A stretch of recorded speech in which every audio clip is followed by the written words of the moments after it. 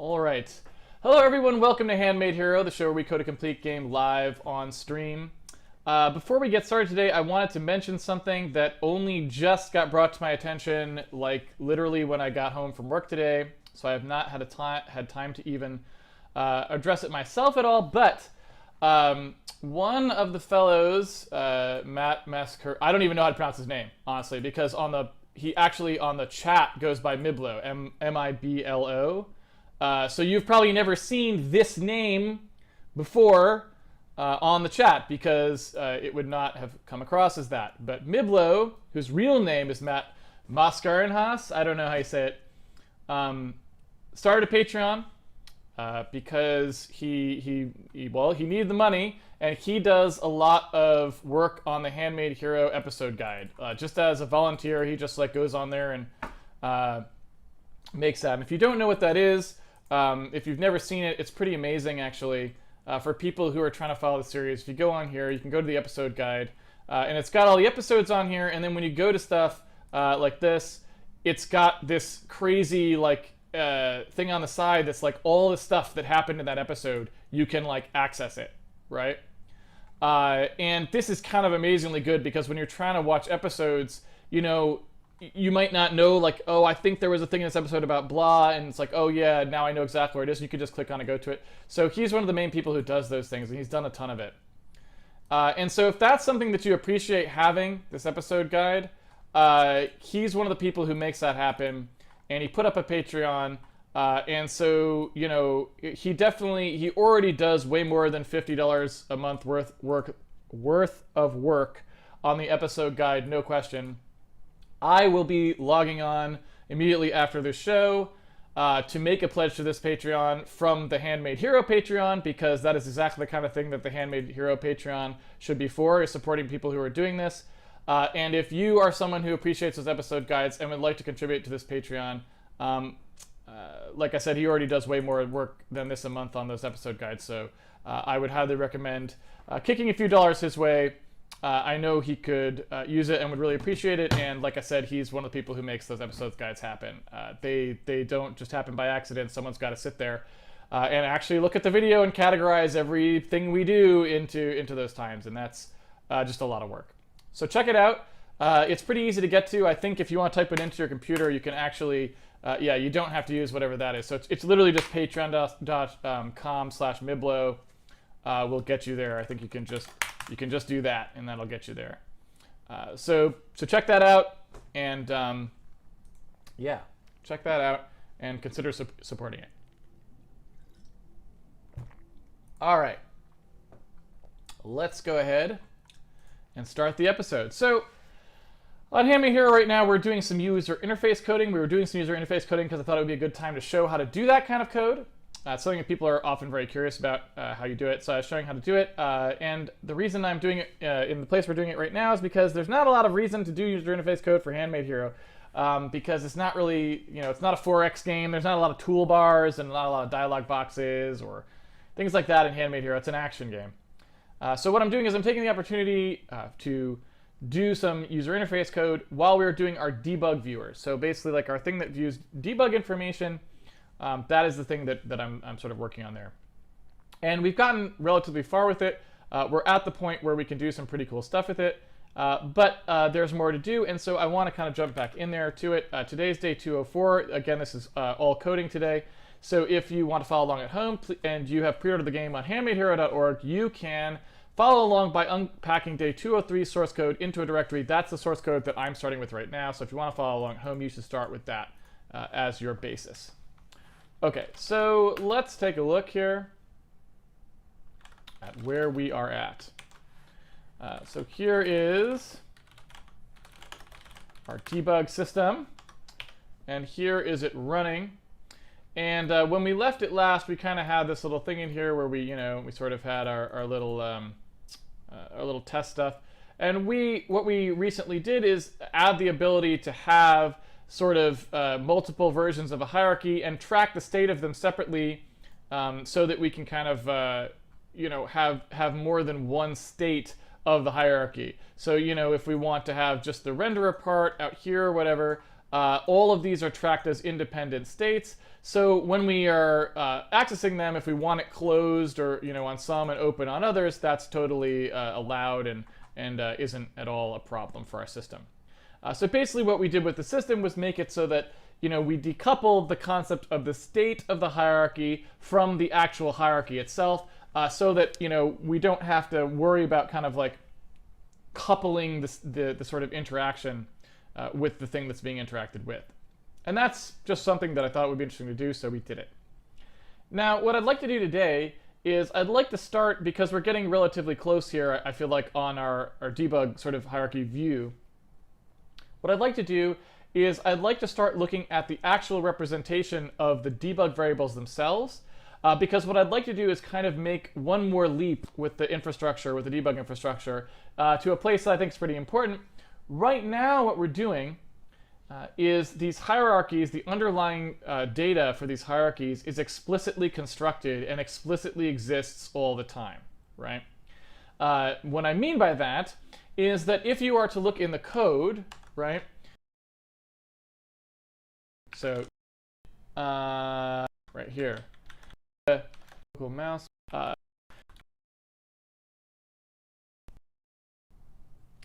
Yeah, that's interesting. I think that's the first time on Handmade Hero I can remember getting bitten by a feature. I think that's the first. Interesting. I think that's.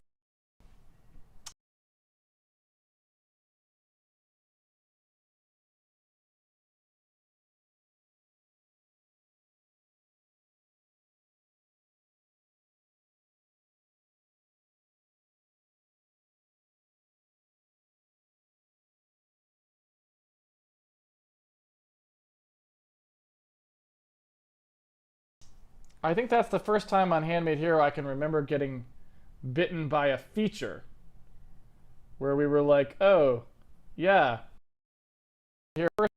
I think that's the first time on Handmade Hero I can remember getting bitten by a feature where we were like, oh, yeah, that's how it's supposed to work.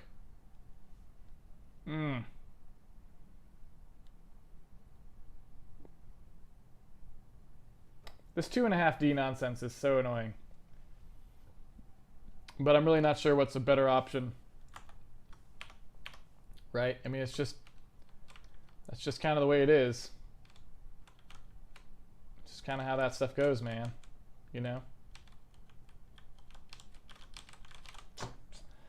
All right.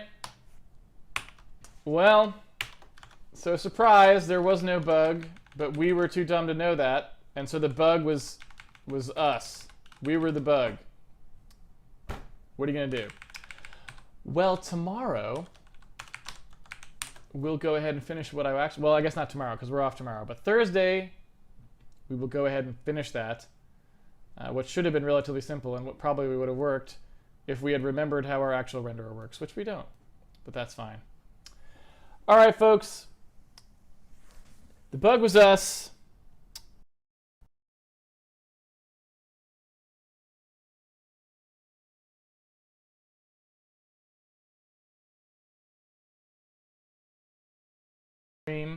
Before we get started today, I wanted to mention something we have is the collision stuff. And in fact, when we do like move entity, right? I'm pretty sure when we do move entity, that inserts things into the set, right?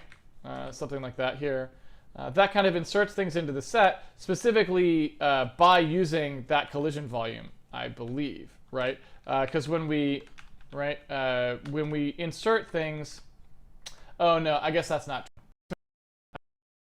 true. So this is actually, I guess, what that is. It's gonna.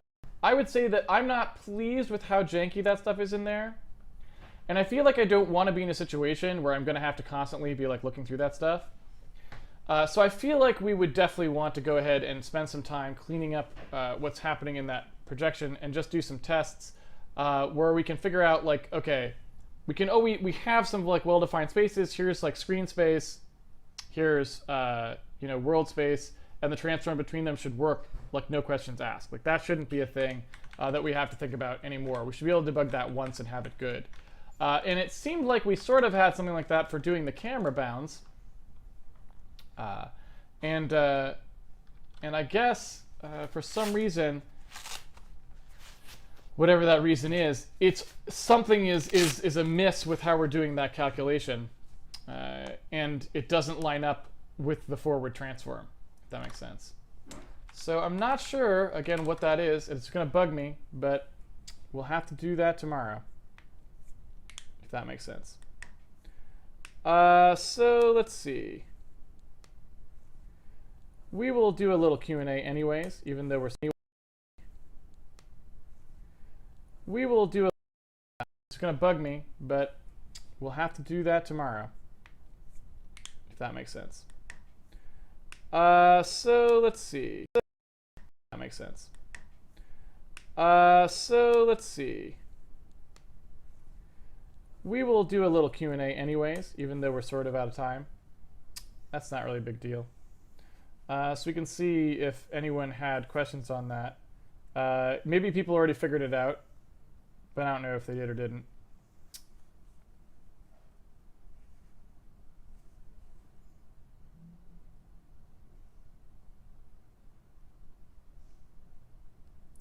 And yeah, there's always is. It does always seem like there's a lot of lag between when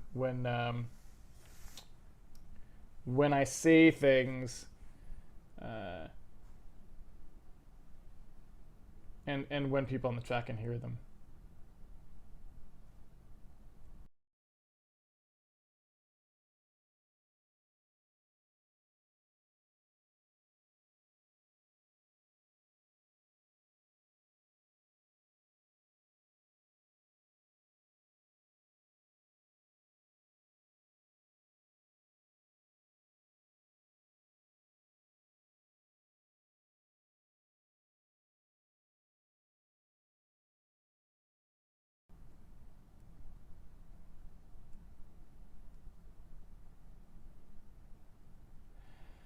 Conlongs, how will the focal length factor in? Will you have FOV stuff? Well, we already do. So, you know, we did basically like when you do this sort of thing, when you go kind of up and down, the focal length determines like sort of how that transform happens, right? Because the focal length of a camera determines what the foreshortening actually is. Like how rapidly that happens. So.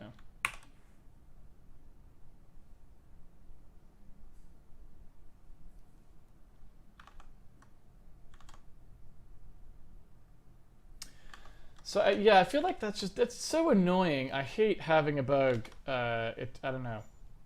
So I don't like leaving it, but something pretty basic, pretty simple, like it's going to be very simple in just the way that we're thinking this through is incorrect. And so, yeah.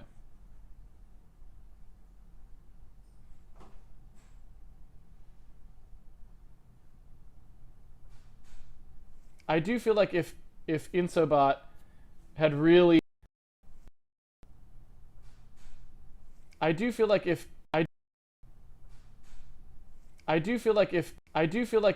Insobot had really gotten its deep learning on, it would just have known the answer.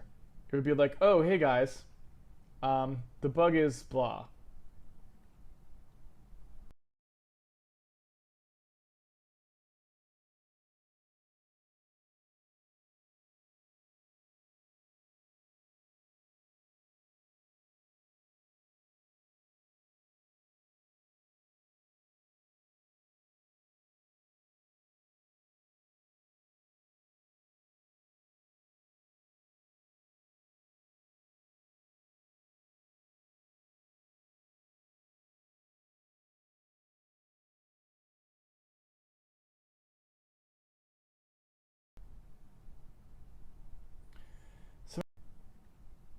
About using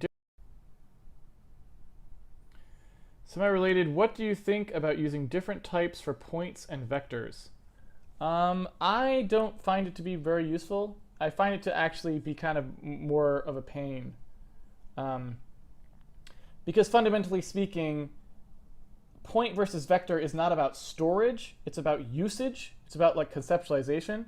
And there are plenty of times when you may want to conceptualize something as two different things depending on the circumstance, and now you're in this thing where you got to like cast or convert, and it's just annoying, you know. Does the screen center need to be involved? It was used in complete and project. So as far as I know, the mouse is already centered around. That's why I checked that before. So the mouse already is centered around the center of the screen. So that part didn't really need to happen.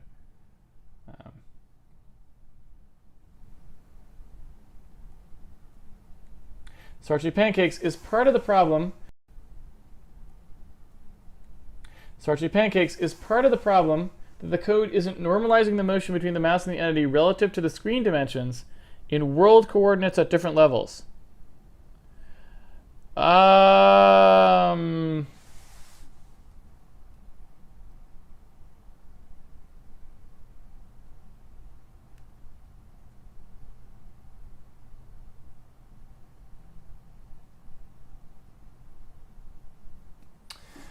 So this transform in unproject is completely linear, right? It's just a series of multiplies. So it should not matter when we transform the mouse from pixels to meters. We should be able to do it before or after the unproject, and there should be no change, right? And I guess, you know, since we're in bug land, we might as well verify this fact. I mean, that's what it looks like now. And if I was to change it to doing it after the fact, right, where we did a transfer, and there should be no change, right? And I guess, you know, change, right? And I guess, you know, since we're in bug land, we might as well verify this fact. I mean, that's what it looks like now. And if I was to change it to doing it after the fact, right, where we did a transform first and then did the meters to pixels, I should get the exact same result. And if I was to change it to doing it after the fact, right, where we did a transform first and then did the meters to pixels, I should get the exact same result. First, and then, and I guess, you know, since we're in bug land, we might as well verify this fact. I mean, that's what it looks like now. And if I was to change it to doing it after the fact, right, where we did a transform first and then did the meters to pixels, I should get the exact same result, right? And I do. So hey, math still works, so that's something. But yeah, for whatever reason, we still have a problem in terms of how we're doing that. Now, one thing I should look for that we didn't look for as well, right? We're doing that. Now, one thing I should look for in terms of how we're problem in terms of how we're doing that. Now, one thing I should look for that we didn't look for as well, right, is in push rect. When we do get render into basis p, I'm assuming we use it directly. Yeah, we do. So we do use it directly, and then when I actually render, assuming we use correct. When we do get render into basis p, I'm assuming we use it directly. Yeah, we do.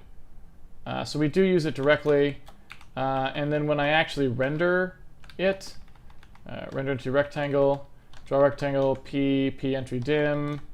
So it actually gets used right. I want to make sure there wasn't any other transforms happening in there.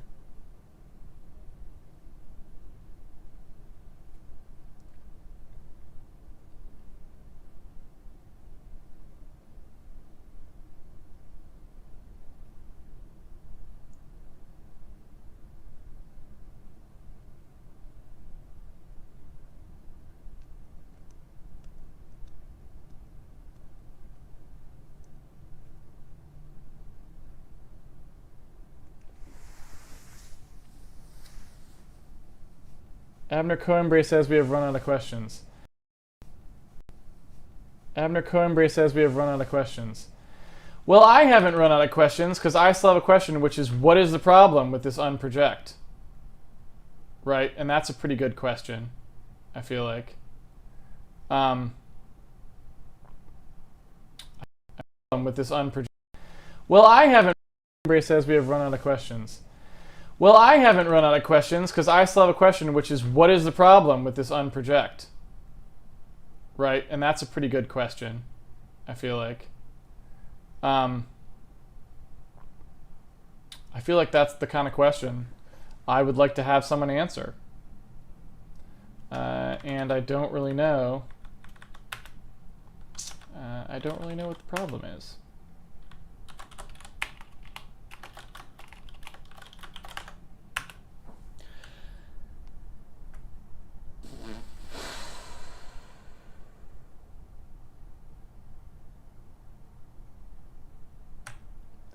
Because the distance.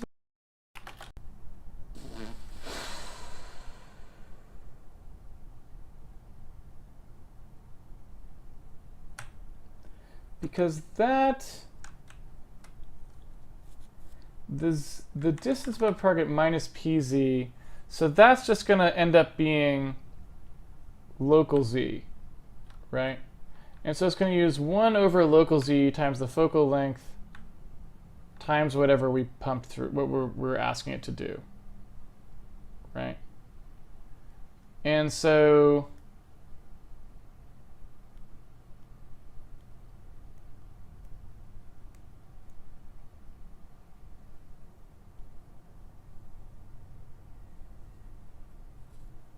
yeah.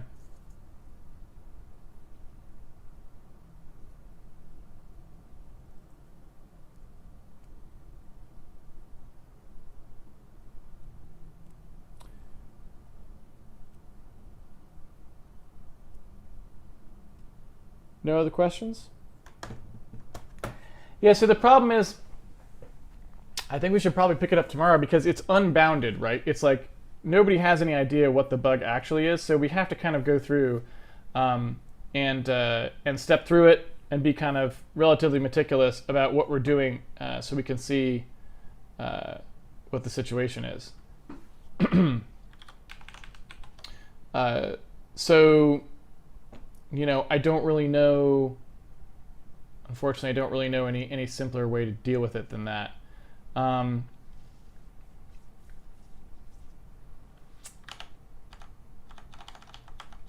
If we just do that quickly, unfortunately, I don't really know any simpler way to deal with it than that.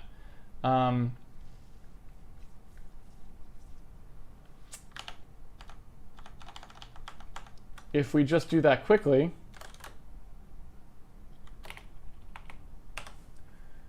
let's see here. If I just do that quickly,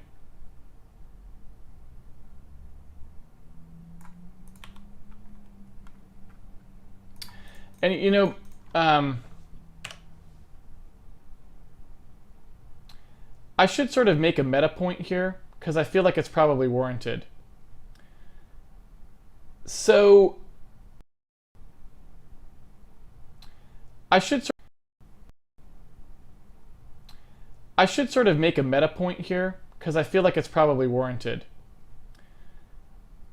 So this is the kind of bug that costs you time typically, right? We've kind of talked about some sort of programming, like, I don't know, like attitude or whatever, or like the, you know, the programming sort of like the viewpoint of programming on Handmade Hero.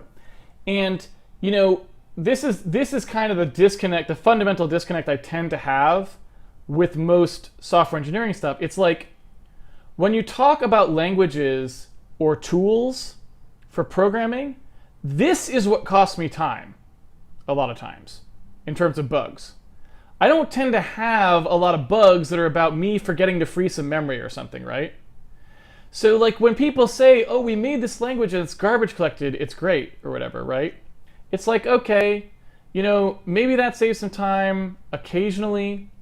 It would probably save some time on Handmade Hero because I'm programming with no libraries at all, so I don't even have my own stuff that does like allocation or anything. So I have to write, you know, a linked list or whatever on Handmade Hero. But in practice, like, who cares? That stuff I write it like once and it's fine, right? But stuff like this, because typically, you write a lot of code like this, and even if you were using something like, let's say you didn't have to worry about unproject in particular because you used somebody else's 3D engine or whatever. So you could maybe take care of that with a library or however you were doing it in your programming methodology. You didn't have to worry about that. You still have the problem of you're going to write stuff like this in game code. Like you've got some things and you're trying to compute something between them, and it comes out wrong, and you're like, what happened, right? The kind of stuff that I want in programming to make life easier is stuff that makes debugging things like this easier. Like I don't need something that makes debugging memory stuff easier because that doesn't ever happen. Like that's like such a rare occurrence. But stuff like this happens to me all the time. And so like you could imagine like if in Visual Studio you could just be like, draw this out. Like draw these vectors, like show them to me, right? So I can see them and I can see the steps of the equation and how it's going. We'd probably all instantly know what the problem was. But now, instead, when I got to step through this, we're just looking at a bag of numbers that we can't even tell like what they are or what they're doing or why, right? And so that's really the thing that's kind of frustrating is people always seem to work on these development tools that actually are for problems that I just don't have. Or problems that I can solve in a very short amount of time with not very much effort and very low stress, right? But then problems like this that are actually hard get completely neglected, and you typically have no tools for them at all. And so the only thing that you can possibly hope for is if someone already wrote the code for something like this that you could then use. But assuming that you are trying to develop the code yourself, which is what you do if you're a programmer, so no matter what library you're using, you're going to write something yourself. Whatever that something is will have bugs like this, and they're hard to find, right? And so that's really the thing where it's like you want this, you want things that make this sort of stuff trivial. Like that you wouldn't really think, you wouldn't, just be like, oh yeah, I immediately could see what the bug was and we were done, right? So yeah, but anyway, if we just take a quick look at this, here's our mouse P. So yeah, but see what the bug was and we were done, right? So yeah, but anyway, if we just take a quick look at this, here's our mouse P. That's what it is. I want to be able to save this here. Of course, there's like no way to do notes in Visual Studio when you're debugging because why would you be able to do that? So I got to copy it into an actual text buffer. So there's the mouse P. That's what we're starting with, right? There it is. And so we convert it to meters mouse P, which is obviously a much smaller value. And there it is. And that seems sane, right? We were in this upper quadrant, I think. So that makes some sense, right? We then take the local z, which we already know is just a fixed constant of 1, and we're going to unproject it, right? So we come in here, we're at a fixed distance of 1, so this is really just going to be 1 over the focal length. The focal length is 0.6. There's the projected xy. So here is when we do that first unproject step, right? Here's what we get.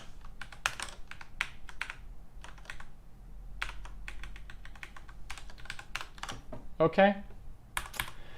That comes back. I've now got my world mouse P. And what I'm going to do is I'm going to go into pushRect, and I'm going to see what happens when we actually try to use this thing. Wow. Step into pushRect, please. God! Such a... Okay. So, inside pushRect, the first thing we're going to do is make an offset here of this xy value, and that's because we're drawing something of a dimension. I suppose to make this a little bit easier on ourselves, we probably should have made this dimension be 0. And I guess, in fact, in this case, I probably can just do exactly that. I can just reach in here and actually change these values so that when we're doing this computation, p remains the same, right? So when we do that computation, we end up actually producing this value, right? So now our input value is exactly the same so that we're not even drawing a rectangle at all. We're just doing same, so that when we're doing this computation, p remains the same, right? So when we do that computation, we end up actually producing this value, right? So now our input value is exactly the same, so that we're not even drawing a rectangle at all. We're just doing this, okay? And we're passing in that z equals 8 value, and that's because we're trying to account for the distance from target thing. And so if I take a look too at the transform itself, the distance above target was 8, and of course our z was 1, so I'm sorry, it's 9, and our z was 1, so that equals 8, which is what we would expect there. I meant to step into that. Let's try that one more time.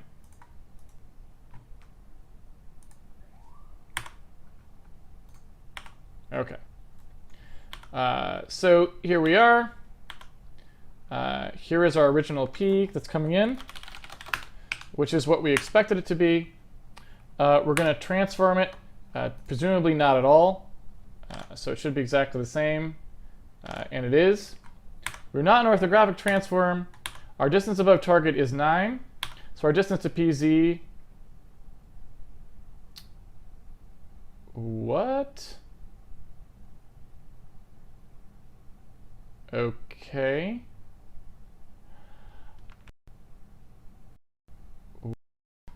We're not an orthographic transform. Our distance above target is 9. So our distance to pz, and it is. We're not an orthographic transform, and it is. We're not an orthographic transform. Our distance above target is 9. So our distance to pz, what? Okay. Oh my God. How many times are we going to forget about this, people?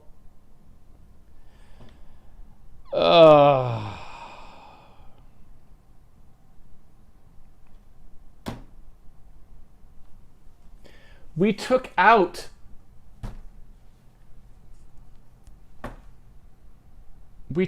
z movement relative to the basis b.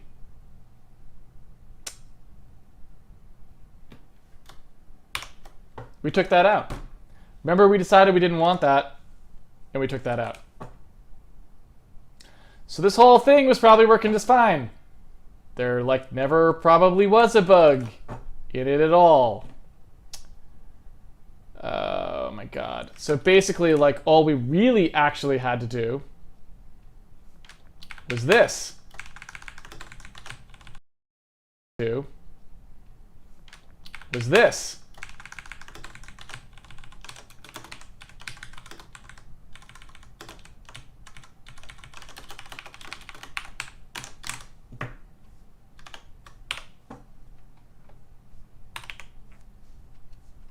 Hey, look at that.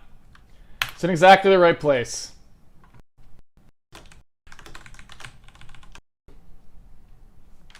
Was this it at all?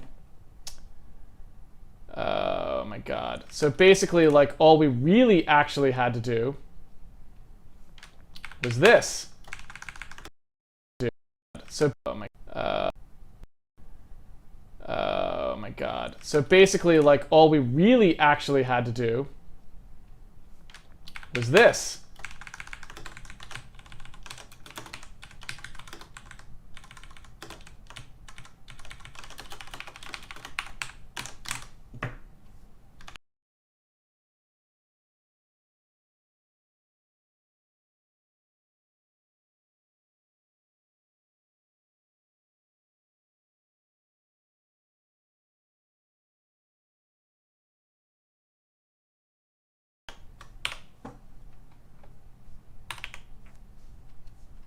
Hey, look at that.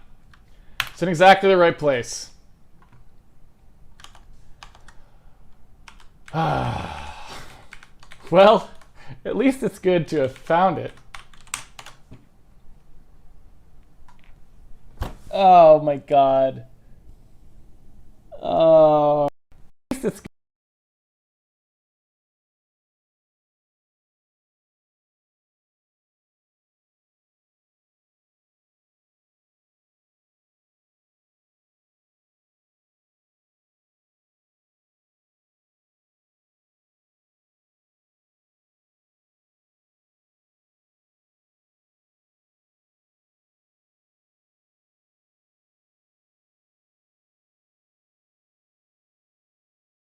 good to have found it. Oh my god. Oh.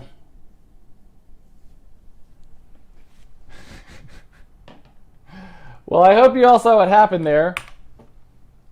That was like by design. That was like closed by design.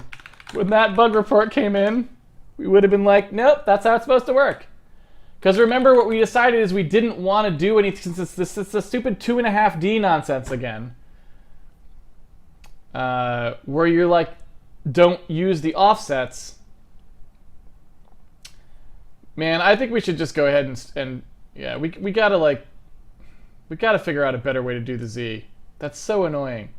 But we tried and we couldn't figure out like a good way to do sort of like the 2.5D offset thing. But that was all it was. We don't use the Z, so you pass in a Z, doesn't matter what it is, it's not gonna work. Lame. That is lame, dude. That is super lame. That is lame, lame, lame stuff. To say the very least.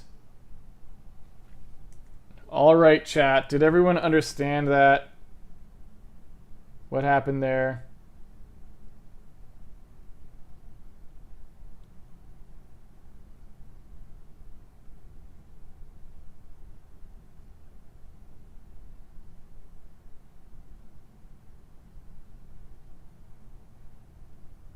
Hopefully everyone understood that.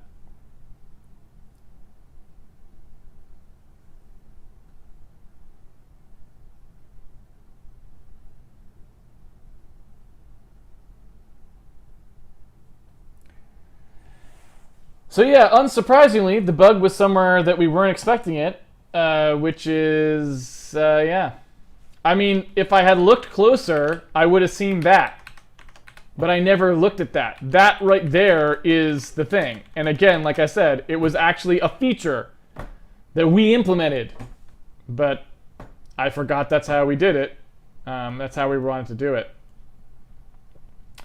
So yeah, I don't know.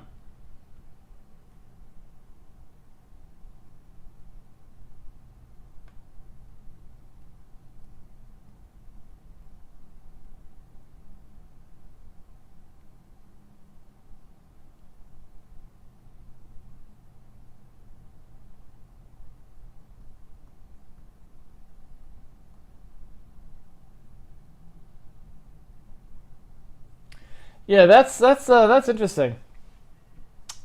I think that's the first time on Handmade Hero I can remember getting bitten by a. Yeah, that's interesting. I think that's the first time on Handmade Hero I can remember getting bitten by a feature where we were like, oh, yeah, that's how it's supposed to work.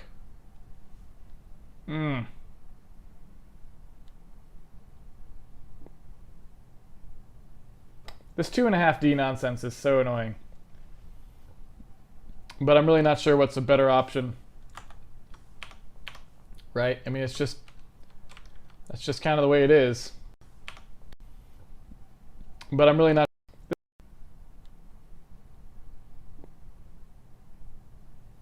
This 2.5D nonsense is so annoying. But I'm really not sure what's a better option. Right? I mean, that's just kind of the way it is. It's just kind of how that stuff goes, man. You know? All right. Well, so surprise, there was no bug, but we were too dumb to know that, and so the bug was us. We were the bug. What are you gonna do? Well, tomorrow we'll go ahead and finish what I actually, well, I guess not tomorrow because we're off tomorrow, but Thursday we'll go ahead and finish. Well, tomorrow, what are you going to do? Well, tomorrow we'll go ahead and finish what I actually, well, I guess not tomorrow because we're off tomorrow, but Thursday we will go ahead and finish that. What should have been relatively simple and what probably would have worked if we had remembered how our actual renderer works, which we don't, but that's fine. All right, folks. The bug was us. I will see you guys on Thursday. The bug was us. The bug was us. I will see you guys on Thursday for some more Handmade Hero when we will go ahead and finish what I actually wanted to do. Yeah. And there you have it. So someone on the stream was asking if this bug would have happened if you used a library. The answer is yes, apparently. Because if the library was spec'd to work the way our stuff worked, we would have had the exact same problem. Because we would not have known that that's how they did things, because we forgot, apparently. Even if we had read the documentation and read about it. And then we would have made the same mistake. Oops. It happens sometimes. At least we found it. That's the important part. But it would be nice to maybe figure out some way to make it a little more intuitive, how those things work. Because in 2.5D, right, it's like, I just wonder if there's some way of more cleanly specifying 2.5D things in a way that we could, you know, that we wouldn't really forget, that it would be very clear from like the structure of it, what it meant. I don't know. But anyway, if you'd like to play around with this sort of stuff at home, you can certainly go to, I don't know. Clear from like that we wouldn't do things. I just wonder if there's some way of more cleanly specifying 2.5D things in a way that we could, you know, that we wouldn't really forget, that it would be very clear from like the structure of it, what it meant. I don't know. But anyway, if you'd like to play around with this sort of stuff at home, you can certainly go to handmadehero.org. The source code comes with the game if you pre-order it, so you can check that out if you want to. If you want to try finding some of these features on your own, you can certainly do that. But otherwise, that's all for today. You can, as always, support us on Patreon if you'd like to. You can go to the forums to ask questions if you would like to. You can also look at the annotated episode guide. You can check out the tweet bot, which tweets the schedule. Yeah, I think that's just about it. Until next time, which I guess this week will be Thursday at 5 p.m. Pacific Daylight Time. Have fun programming, guys, and I will see you on the internet. Take it easy.